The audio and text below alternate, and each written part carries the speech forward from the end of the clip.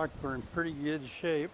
Things getting a little soggy around here, but no damage. Everything looks good.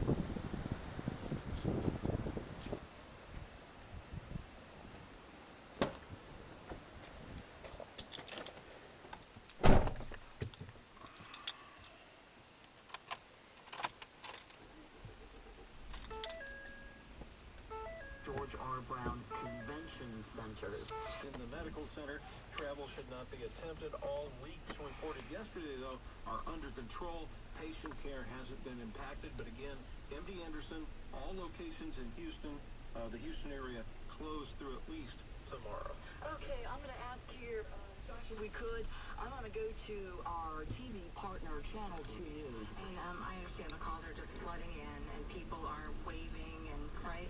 I'm not exactly sure who she's talking to. The support that we've been getting from other law enforcement agencies, other first responders, from federal and state officials, and just from neighbors out helping each other has been so instrumental in making this as smooth as possible. Okay, that's not necessarily critical information. I just saw that taking place. We're waiting on a couple press conferences that are supposed to be coming up this afternoon. Still looking pretty good here. The flooding is very minor compared to what we normally get in a big rainstorm. The tides aren't up any higher than they were 2 months ago. So we're in pretty good shape so far.